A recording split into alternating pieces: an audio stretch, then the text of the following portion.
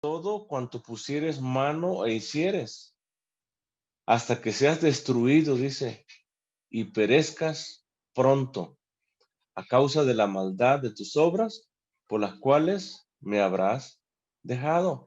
Entonces, esta maldición que habla aquí la palabra de Dios en Deuteronomio, dice que estará presente sobre quienes, sobre aquellos, dice, de obras perversas, de obras malas, dice, pero también sobre aquellos que le han dejado, que le han abandonado.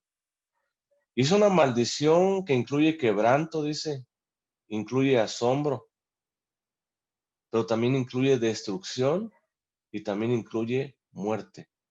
Y estará presente en la vida de estos inicuos, de estos perversos. Dice el verso 22, Jehová te herirá, te castigará, dice, de tisis, de fiebre, dice, de inflamación y de ardor, con sequía, dice, con calamidad repentina y con añublo, dice, con palidez, con susto. Dice, y te perseguirán hasta qué, hasta que perezcas, dice. Entonces, esta copa que derrama el cuarto ángel tiene una semejanza, esta plaga, precisamente con la maldición sobre aquellas personas perversas, sobre aquellas personas inicuas, sobre aquellos que abandonan, que dejan a Dios mismo, aquellos que abrazan ahora y adoran a quien, a la bestia, y por ende sus obras son obras perversas, obras malas, dice la palabra de Dios. ¿Por qué? Porque han dejado, han abandonado a quién, a nuestro Señor. Dice el verso 9 del capítulo 16, y los hombres, dice, se quemaron con el gran calor, calor del sol, y blasfemaron, maldijeron, injuriaron, calumniaron a quién, el nombre de Dios. Ese nombre dice que tiene poder sobre estas plagas, sobre estas calamidades. Dice, y no se arrepintieron, no pensaron diferente. No hubo en su corazón un compungir de sus hechos, de sus actos. No lo hubo. Dice, para darle la gloria que a nuestro Dios. Ahora, es importante que notemos esto, hermanos, que estos hombres, ni aún en medio de este sufrimiento que vemos aquí en este verso, vienen a un arrepentimiento. Y aunque están padeciendo las consecuencias, están sintiendo el gran calor abrasador que los está quemando, que los está derritiendo, ni aún así con todo ese tormento, con todo ese sufrimiento, vienen a un arrepentimiento, a una reconciliación con Dios. No vienen. Y podemos ver que al contrario, blasfeman el nombre de Dios, quien tiene el poder sobre estas calamidades. Se voltean en contra de Dios y blasfeman su nombre. ¿En lugar de qué? De experimentar un arrepentimiento. No lo hacen. Y aún en medio de ese tormento, aún en medio del sufrimiento, no vienen a un arrepentimiento. Ahora, esto es una característica del mundo impío, del mundo perseguidor de la iglesia, es una característica. Maldecir por todo a quién, a Dios. Y podemos ver que antes, durante y después de esta copa, ellos maldicen por todo a Dios, en lugar de un arrepentimiento, en lugar de un reconocer sus faltas, sus errores, sus pecados delante de Dios y tirarse a los pies del Señor. Aquel Señor dice que tiene el poder, la autoridad sobre estas plagas, sobre esto que le están atormentando a ellos. Dios tiene el poder sobre ello. Y aún sabiendo eso, no vienen a un arrepentimiento, sino que maldicen por todo a Dios. Y eso podemos verlo, hermanos, también pues en nuestro diario vivir. Podemos verlo. Gente, en verdad que maldice por todo. Si hay un fuerte calor, maldicen el calor. Si hay un día nublado, frío, lluvioso, maldicen el día. ¿Por qué? Porque no hay gratitud en su corazón, porque no hay un arrepentimiento, porque no hay un reconocer de Dios en sus vidas. No lo hay. Y aquí mismo vemos eso. Estos hombres que están padeciendo, que están siendo calcinados, que están siendo quemados, ¿podemos imaginar eso? En lugar de voltear y decirle, Señor, perdóname, Señor. Reconozco mi maldad, mi pecado, Señor, perdóname. Tú tienes el poder, la autoridad, ¿para qué? Para quitar estas plagas de mí, Señor. Se llenan de soberbia, de orgullo y maldicen el nombre de Dios. Ahora este sol recibe fuerza, podemos ver, para destruir a los impíos. Y lo va a hacer con una temperatura alta o con altas temperaturas. Y es una maldición para ellos, para los impíos, para los inconversos. El pueblo de Dios está protegido siempre. El pueblo de Dios no participa de estas copas de la ira. Se encuentra protegido. Pero los impíos sí reciben todo el furor, toda la furia, toda la ira de Dios en cada una de estas copas que vamos a ir viendo. Pero ni aún con todo el sufrimiento, ellos vienen a un reconocer que necesitan de la gracia, de la misericordia de Dios, del favor de Dios, de la bondad de Dios en sus vidas. No lo reconocen.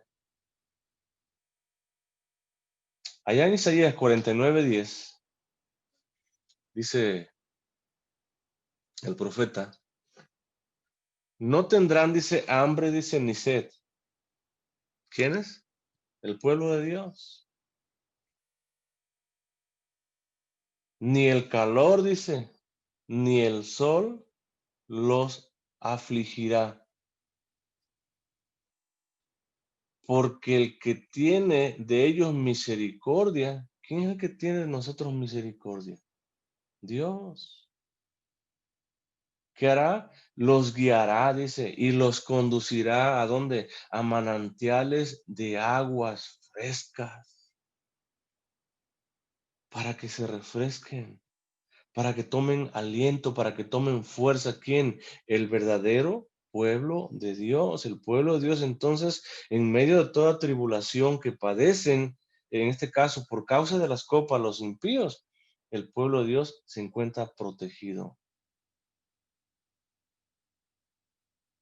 Porque el pueblo de Dios tiene en su corazón gratitud. El pueblo de Dios reconoce que toda su vida entera gira en torno de quién? De Dios mismo. El pueblo de Dios sabe que si vive, para el Señor vive. El pueblo de Dios sabe que si vive es por la gracia, por la misericordia de Dios solamente. Y es agradecido por las cosas buenas y por las cosas malas. El pueblo de Dios siempre tiene gratitud en su corazón, cualidad que los impíos no tienen. Y eso es lo que nos distingue del resto del mundo. Que nosotros somos personas agradecidas, Señor. Gracias porque hoy amaneció un día lluvioso, un día frío. Bendito sea tu nombre. Gracias, Padre, porque hay un calor en verdad fuerte, Señor, abrasador. Gracias, Señor, por ese calor, Señor. Y siempre somos personas agradecidas. Y los impíos, dice la palabra, sienten esa abrumación que viene sobre ellos a través de ese fuerte calor. Están padeciendo, están sufriendo y no levantan sus ojos al cielo para humillarse delante de Dios, sino que lo hacen ¿para qué? para blasfemar su nombre. Dice el verso 10, el quinto ángel derramó su copa, dice, sobre o dentro el trono de ¿quién? De la bestia. Ahora, este trono de la bestia, hermanos, es el mismo centro de gobierno anticristiano que incluye a las naciones, a los gobiernos, que incluye toda tribu, pueblo, lengua, nación, impía, inconversa. Y allí es derramada la quinta copa de la ira del Señor. Allí exactamente, sobre las naciones, sobre los gobiernos, sobre todo el mundo impío que rechaza a Dios nuestro Señor, allí en ellos, notemos, en ellos es derramado esta quinta copa de la ira de nuestro Dios. El profeta Habacuc, capítulo 3, verso 12, dice, con ira, con enojo, con furor, dice, hollaste o pisoteaste la tierra. Con furor o con enojo, dice, trillaste, dice. ¿A quiénes? A las naciones. ¿Quiénes son las naciones? El mundo impío, el mundo inconverso. Dice que el Señor con su ira, con su furor, los pisoteó, dice, los trilló, dice. No sé cuánto sabemos lo que es trillar, pero trillar es pisotear totalmente algo.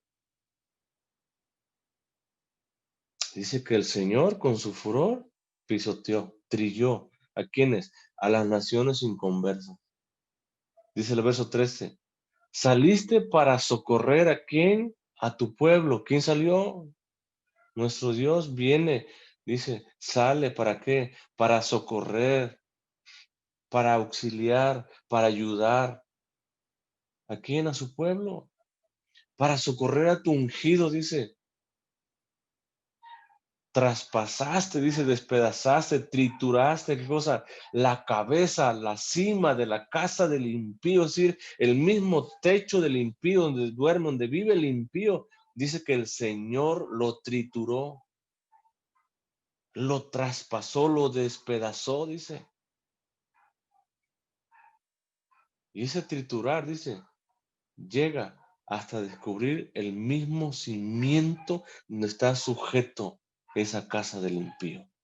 Hasta llega el furor, hasta llega la ira de quién, de nuestro Dios. ¿Sobre quiénes?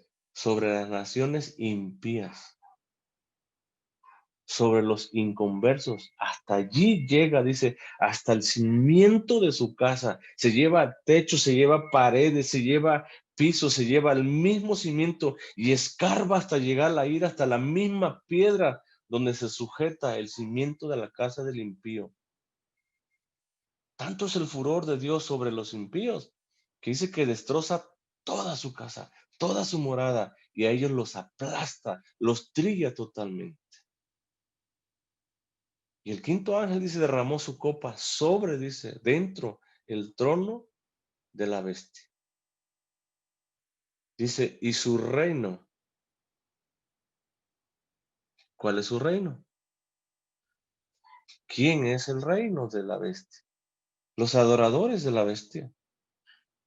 Las naciones, lenguas, pueblos, tribus, ellos.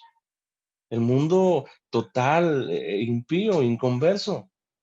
Dice, se cubrió de tinieblas. ¿Quién? Las naciones, las tribus, los pueblos, las lenguas. Todos, dice, se cubrieron de tinieblas. Podemos entender entonces que cada adorador de la bestia, cada persona que se postra, cada persona que tiene la marca de la bestia en la frente y en su mano, está cubierto de tinieblas. Por esa causa, hermanos, ellos no vienen a un arrepentimiento. ¿Por qué? Porque están ciegos. porque están sumidos en la más grande y más densa oscuridad. Por eso no vienen a un arrepentimiento. Dice, y mordían, dice, masticaban de dolor, dice, ¿qué cosa? Sus lenguas. Allá en el libro de Éxodo, capítulo 10, verso 22, dice, y extendió Moisés su mano hacia el cielo, y hubo densas, dice, notemos, densas tinieblas, gruesas tinieblas, sobre la tierra, dice, de Egipto por 3 días. Dice el verso 23, ninguno vio a su prójimo, ni nadie se levantó de su lugar, dice, en 3 días. ¿Por qué?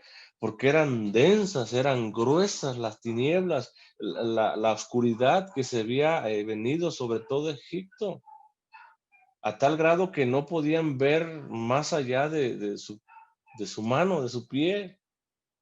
No podían ver más allá. Nadie podía irse ver a su prójimo. Nadie se levantó en esos 3 días. Quiero pensar que solamente a tientas nada más. Nada más.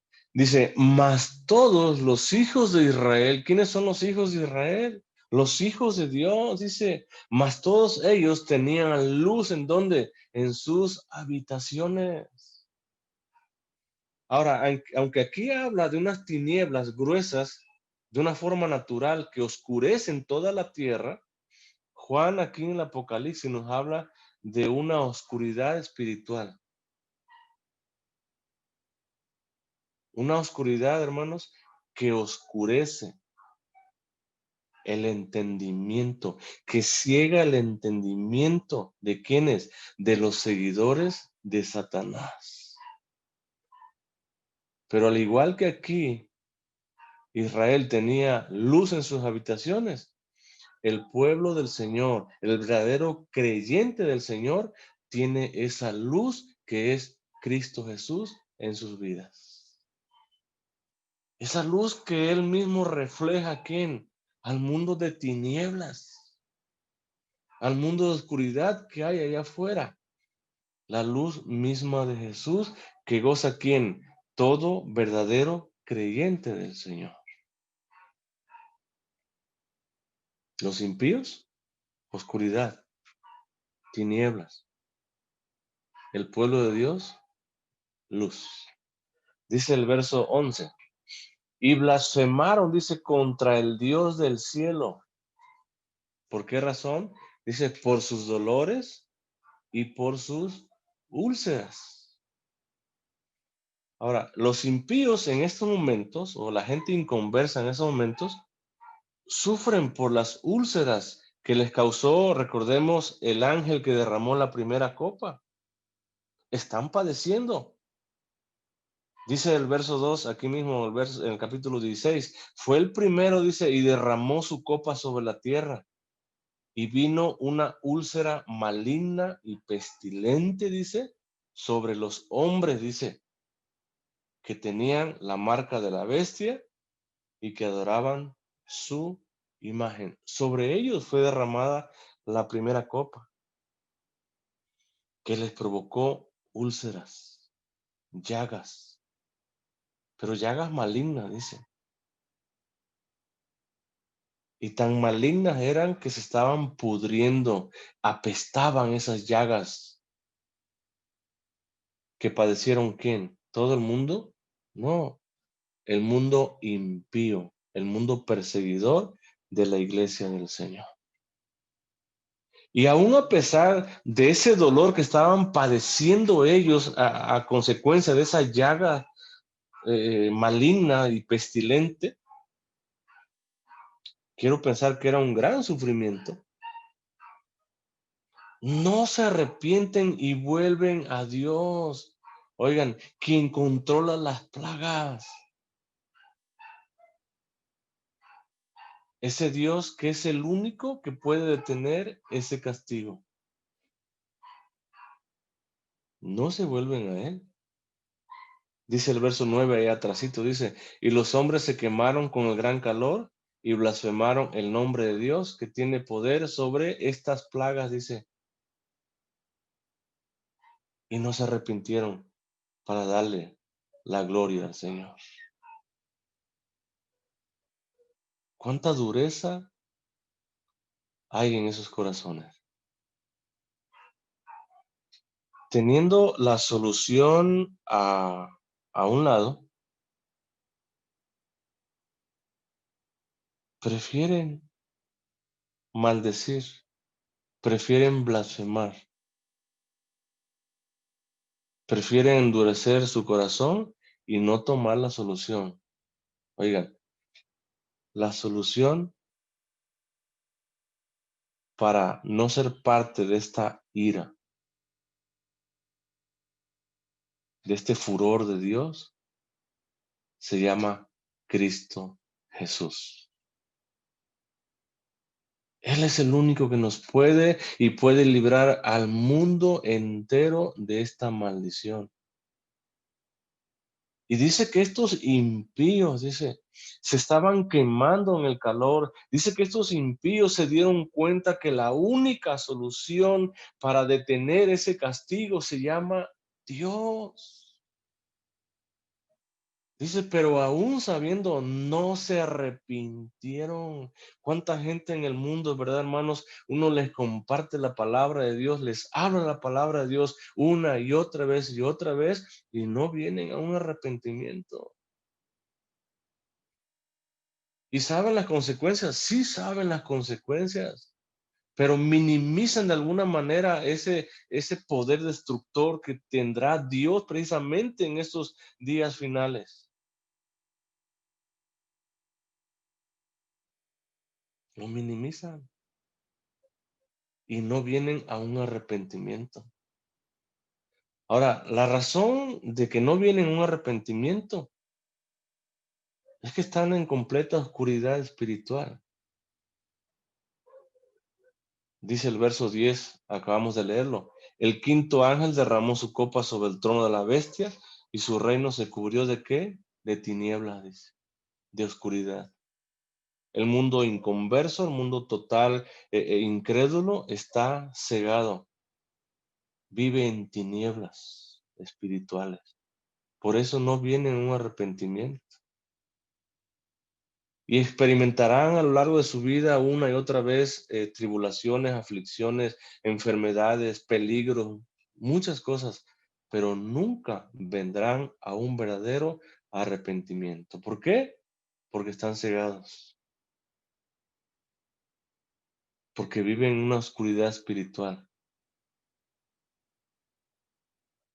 Solamente Jesús, recalco, es el único que puede librarnos totalmente de esa ceguera, de esa oscuridad, de esas tinieblas espirituales. Solamente Él y nadie más. Ahora, al maldecir al Dios del cielo, muestra un desafío y un repudio hacia Dios. Eso podemos verle. Están desafiando a Dios, que es el dueño de todo el universo, el creador del mundo entero. Al maldecir su nombre, están desafiándolo, pero también muestran repudio, muestran odio. ¿Hacia quién? Hacia Dios. Y dice Juan, y no se arrepintieron, no pensaron diferente acerca de sus obras. Y por mencionar cuáles son las obras de estos inconversos, cuáles son las obras que practican los impíos. Oigan, obras que en su momento también nosotros un día practicamos. Pero gracias a Dios que Dios nos rescató. Dios nos libró de esa ira que estábamos destinados a enfrentar un día. Y las obras de estos impíos, las obras de esas personas que no se arrepienten y blasfeman el nombre de nuestro Dios, las describe la trompeta aquí en el capítulo 9, ¿sí? Está descrita en la sexta trompeta precisamente. Oigan, las trompetas que todavía tienen la oportunidad ¿de qué? De arrepentirse. Las trompetas que todavía no viven en una completa y total oscuridad espiritual, todavía no, todavía pueden arrepentirse. Y las obras de esta gente impía que no vienen en un arrepentimiento ya porque viven en tinieblas, en oscuridad espiritual, son estas, dice Juan, verso 20 del capítulo 9. Y los otros hombres que no fueron muertos, dice, con estas plagas, ni aún así se arrepintieron, dice, de las obras de sus manos. Dice, ni dejaron de adorar a quienes, a los demonios. Las obras del mundo impío hoy más que nunca son obras abominables. La idolatría. El mundo entero está metido ¿en dónde? En la idolatría. Por esa causa están cegados. Por esa causa viven en tinieblas espirituales. Porque adoran a quién? A los demonios. Adoran, dice, a las imágenes que son hechas de oro, de plata, de bronce, de piedra y de madera. Dice, las cuales pueden ver, no pueden, dice, perdón, no pueden ni ver, ni oír, ni andar. No pueden, dice. Y estarán muy bien hechas esas imágenes. O serán muy valiosas de oro esas imágenes. Pero dice, no pueden ver, no pueden oír, no pueden andar. No tienen ningún poder. Oigan, no los puede librar ninguna imagen, ningún ídolo de la ira venidera de nuestro Dios. Y serán grandes imágenes, serán valiosas imágenes de oro, de lo más fino, pero no tiene poder para librarte del mismísimo infierno donde vas a ir a parar si tú adoras estas imágenes. Si tú adoras a otro Dios fuera del Dios que nosotros adoramos. Si no rindes tu vida, si no te arrepientes de la forma en que vives, al mismísimo infierno vas a ir a parar y no te va a librar ninguna imagen, por muy valiosa y hermosa que tengas ahí colgada. No te va a librar. Y esas son las obras. Aparte de eso, sigue diciendo el verso 21, y no se arrepintieron, dice, de sus homicidios. Hoy el mundo entero de impíos practica el homicidio, matan, oigan, por una cantidad de veras ridícula. Te matan por quitarte algo que lleves puesto. No son sensibles al dolor humano.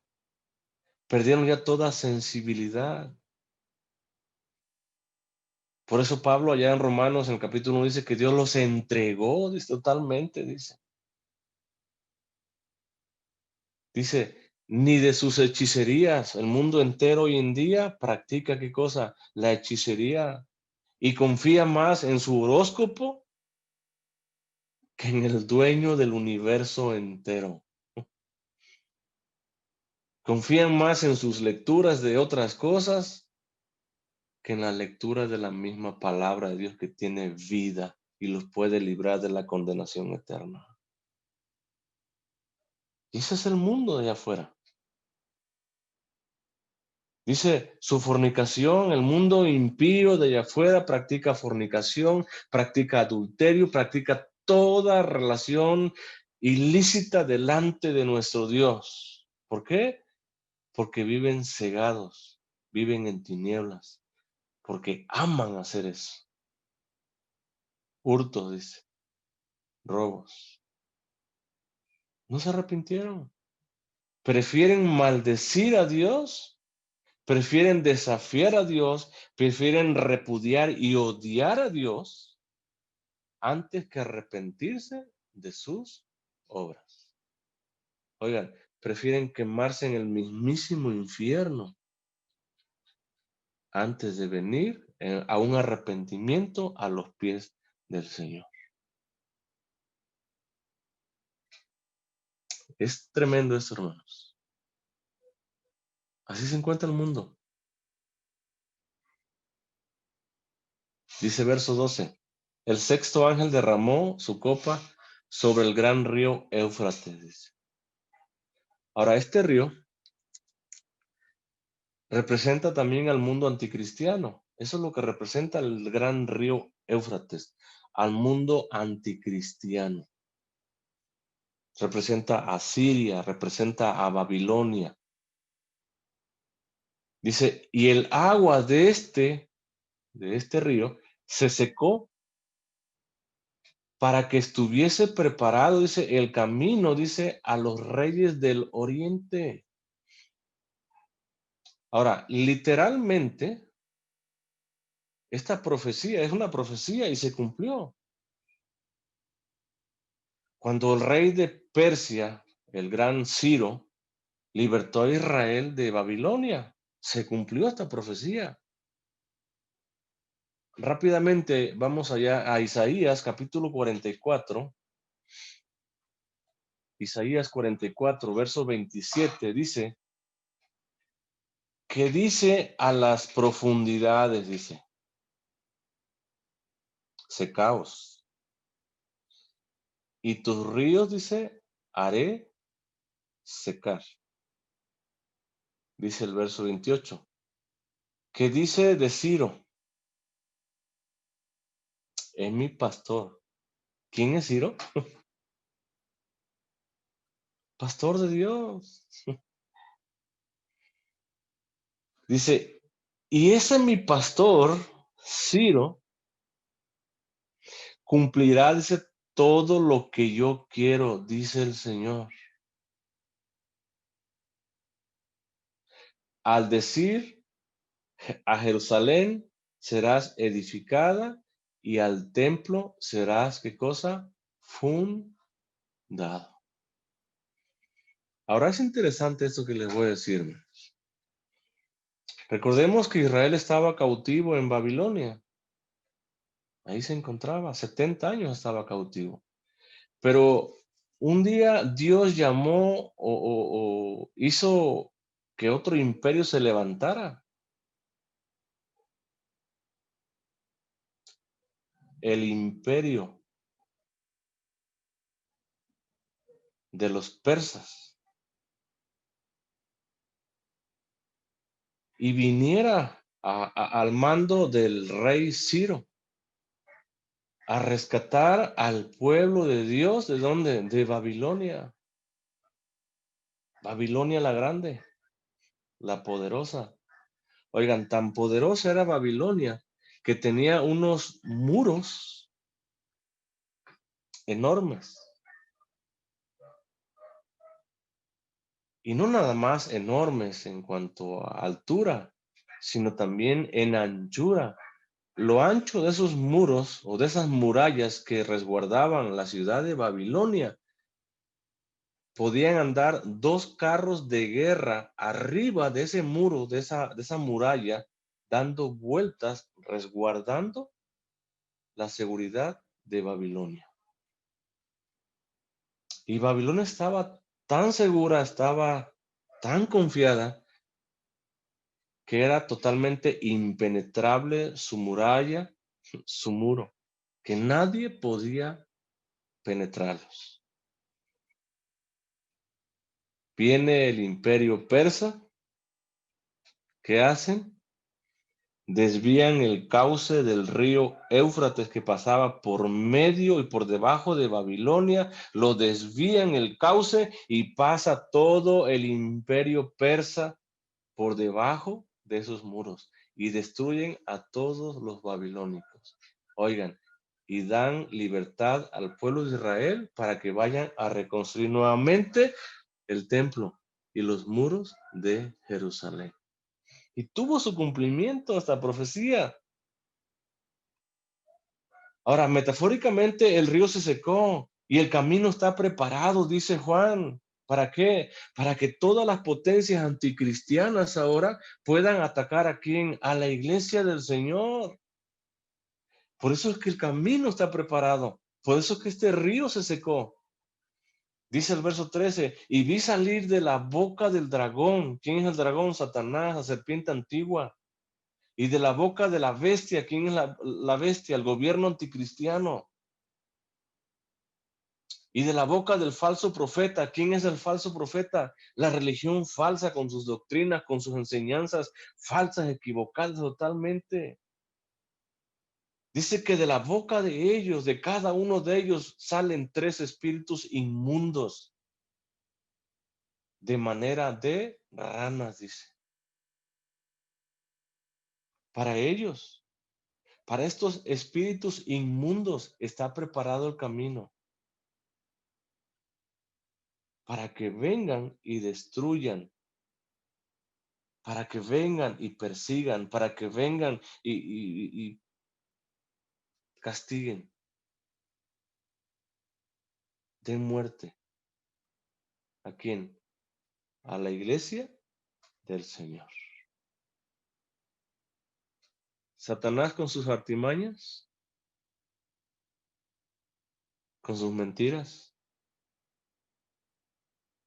Los gobiernos con leyes anticristianas, leyes que atenten la integridad de la misma iglesia del Señor.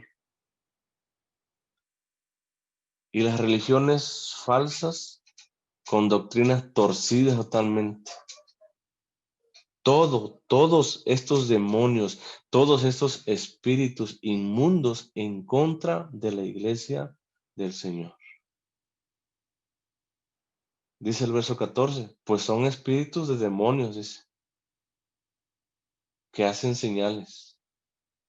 Estos espíritus tienen la capacidad o poseen la capacidad que Satanás mismo les ha dado. ¿Para qué? Para realizar señales. ¿Con la finalidad de qué? De engañar a las personas. ¿A quiénes engaña? Aquellos que adoran a la bestia. Aquellos que viven en oscuridad. Aquellos que viven en tinieblas.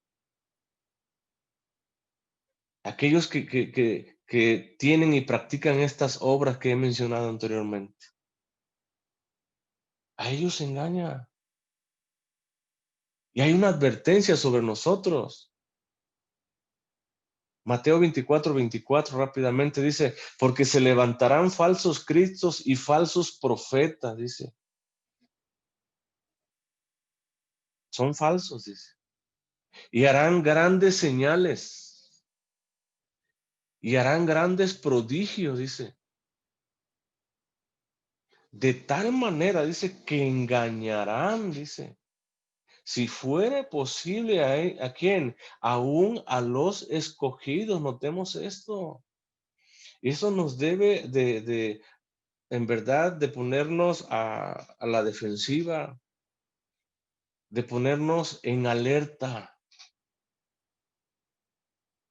Porque dice Jesús, tengan cuidado porque se levantarán falsos cristos, falsos profetas, y son mentirosos. Y harán tales mentiras, tales engaños, tales señales harán que van a engañar, si fuese posible, dice, ¿a quiénes? Aún a los escogidos. Y hoy podemos ver eso, hermanos. Hoy podemos ver cómo se han levantado falsos profetas o personas que se autonombran profetas y declaran y decretan y se dicen ser los ungidos, se dicen ser los enviados, se dicen ser los intocables, los poderosos. Tengan cuidado, dice. No se dejen engañar, no se dejen mover, no se dejen manipular. Porque esto tiene que pasar, esto está pasando ya. Dice, y van a los reyes, a los gobernantes, dice, de toda la tierra, en todo el mundo, dice. ¿Por qué van estos espíritus, estos demonios a los reyes, a los gobernantes? Porque controlando la autoridad, los gobernantes podrán controlar con más facilidad a quién, al pueblo. Podrán manipular, podrán engañar a quién, al pueblo.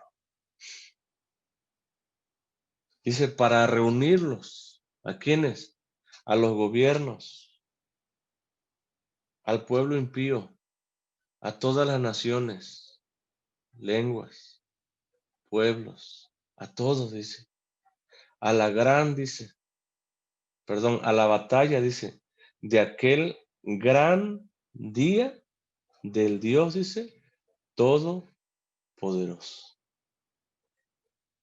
Todos, dice, serán reunidos. El mundo total de inconversos, de impíos, serán reunidos, dice, a la batalla, dice, de aquel, notemos, gran día del Dios todopoderoso. En esta batalla, Satanás y sus demonios estarán juntamente con el mundo impío, reunidos para la batalla, dice, para guerrear en contra del Dios todopoderoso. Pero más no saben que serán tristemente derrotados y serán lanzados por toda la eternidad al lago que arde con azufre. Dice el capítulo 19 de Apocalipsis, verso 11. Entonces vi el cielo abierto y aquí un caballo blanco, y el que lo montaba se llamaba Fiel y Verdadero, y con justicia juzga y pelea. ¿Quién montaba ese caballo blanco? Jesús mismo, listo para la batalla. Verso 17. Y vi a un ángel que estaba en pie en el sol y clamó a gran voz diciendo, a todas las aves que vuelan en medio del cielo, entendamos aves de rapiña, venid y congregaos a la gran cena, dice, de Dios. Una cena que tiene preparada Dios para quienes, para ellos.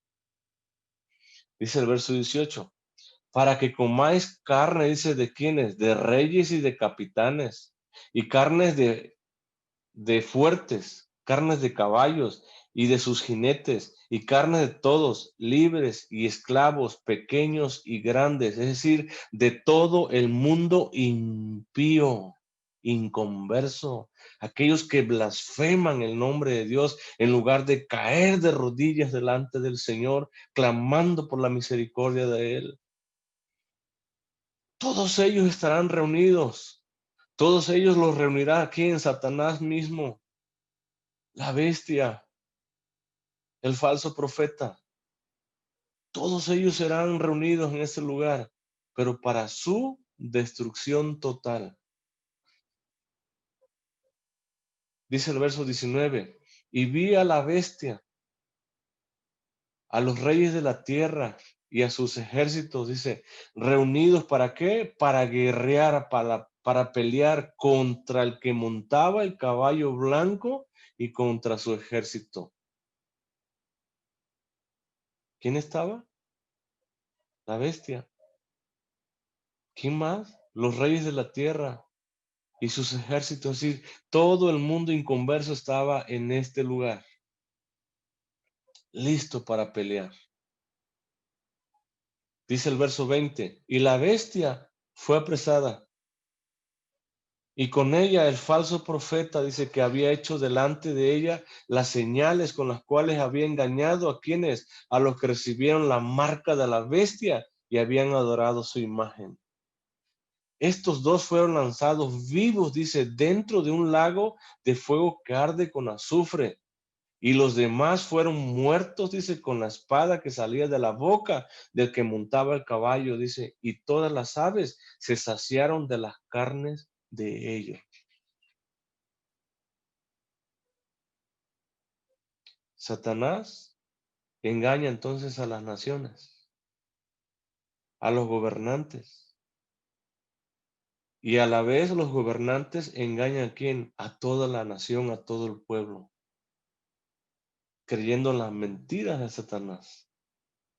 Y los hace que se reúnan, los hacen que se rebelen todos ellos en contra de la iglesia del Señor, que vengan y guerreen y peleen en contra de la iglesia del Señor, pero aparece Jesús, quien verdaderamente pelea, guerrea por su iglesia, para darles el justo pago, lanzándolos al mismo infierno, dice, vivos. Y los impíos, el mundo impío, dice que son muertos con la espada. Y las aves de rapiña, las aves de los cielos, dice, descienden y se saciaron, comieron sus cadáveres. Qué triste final. Pudiendo reconocer, pudiendo venir a un arrepentimiento, prefieren blasfemar, prefieren maldecir al único que los puede librar de ese tormento eterno. Y Jesús, amados hermanos, Jesucristo es el único que puede librarnos de este gran juicio final que trae tormento eterno sobre aquellos que le rechazan. Jesús solamente, nadie más. No es ninguna imagen, no es ningún ídolo, no es ningún rito. Es más, no son ni tus obras, por muy buenas que tú consideres que son, no son ni tus obras. Es Jesucristo el único que te puede llevar a la vida eterna. Fuera de Él, dice la Escritura, no hay salvación. Y al no haber salvación, estarás enfrentando el tormento eterno, oigan, por toda la eternidad. Terminamos versos 15, hermanos. He aquí,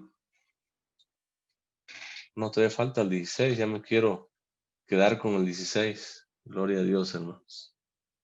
He aquí, dice, ¿quién habla? Jesús. Dice, yo vengo como ladrón. Oigan, en estos momentos de tribulación, en contra de la iglesia, recordemos que los tres demonios tienen preparado el camino para venir a engañar, para venir a perseguir, para venir con todo a la iglesia del Señor.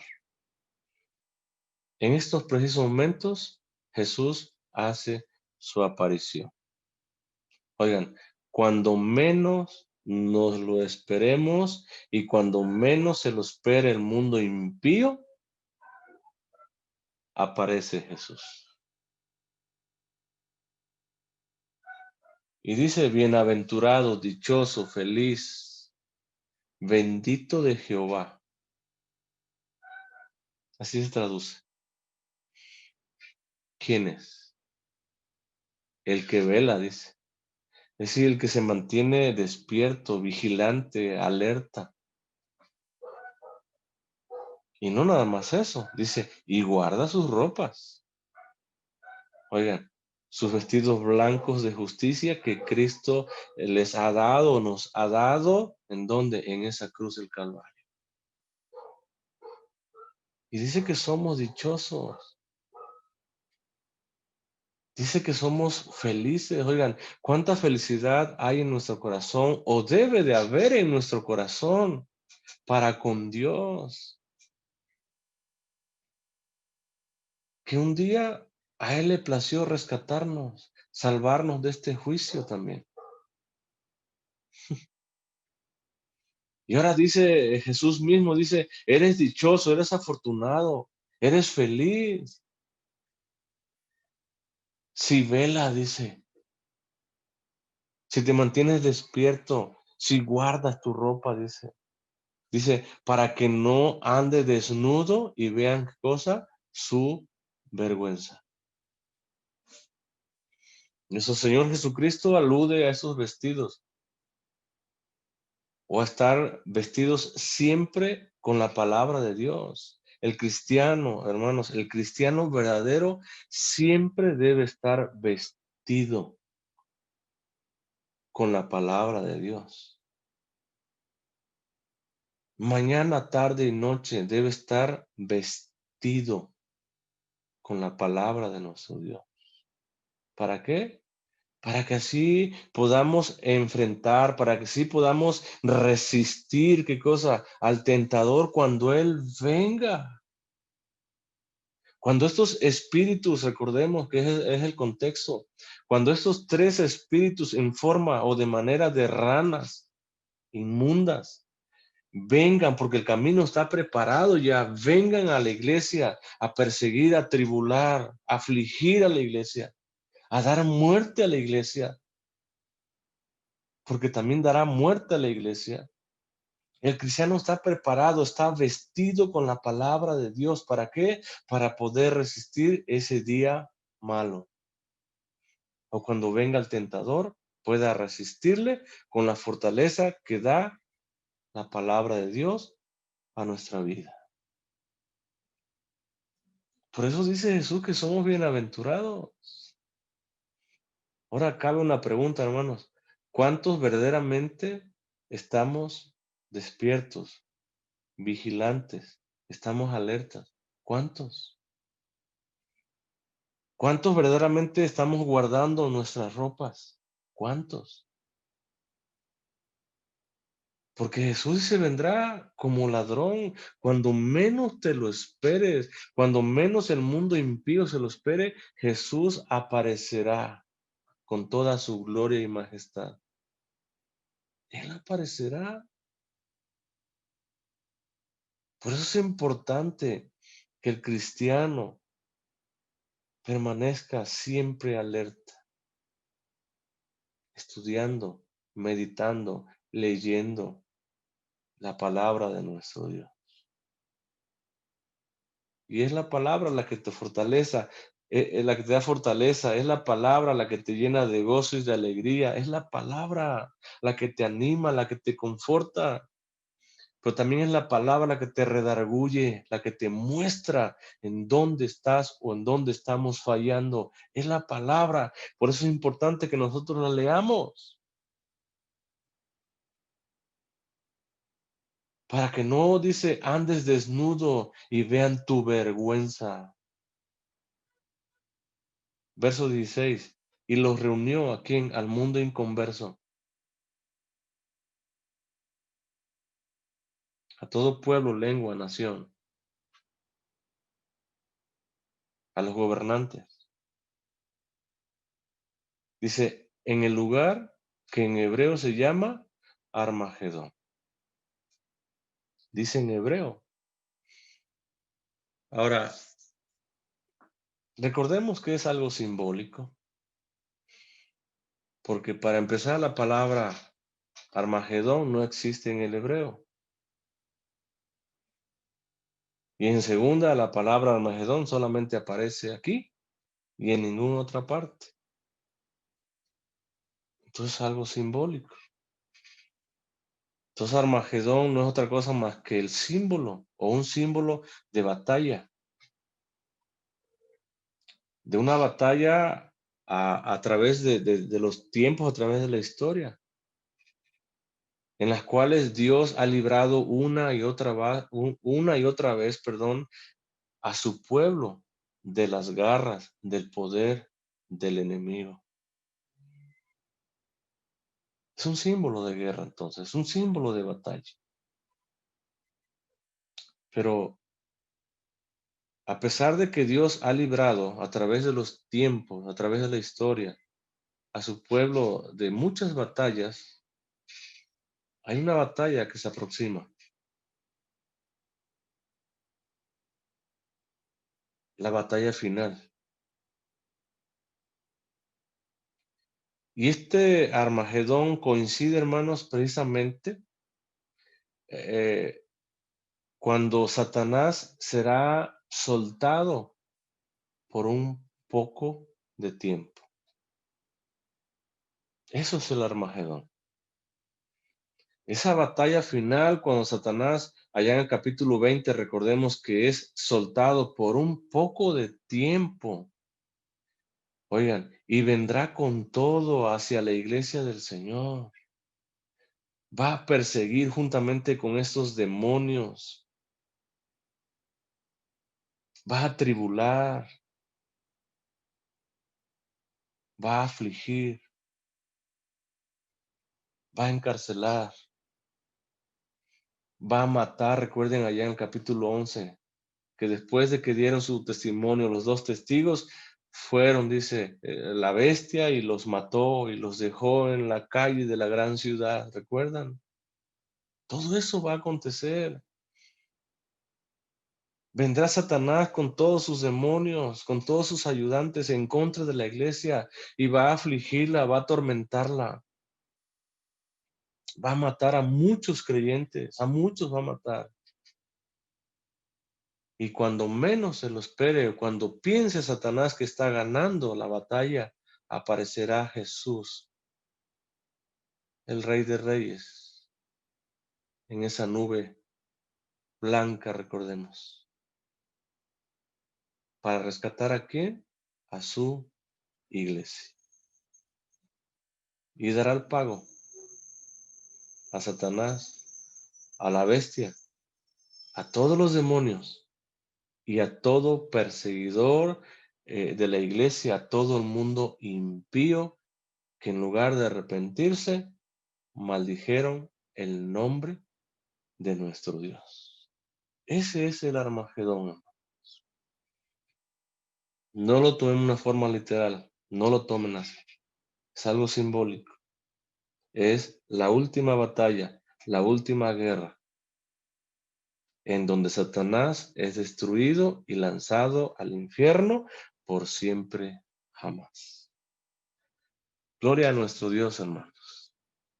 Gloria a Dios porque en su gran misericordia un día le plació rescatarnos. Un día le plació rescatarnos de esa manera en la cual vivíamos.